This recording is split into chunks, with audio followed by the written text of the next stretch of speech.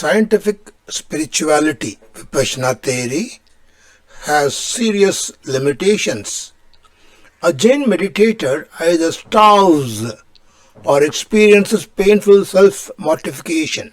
Initially, a meditator experiences only aches and agony, but soon he finds his body dissolving and is on the way to nirvana.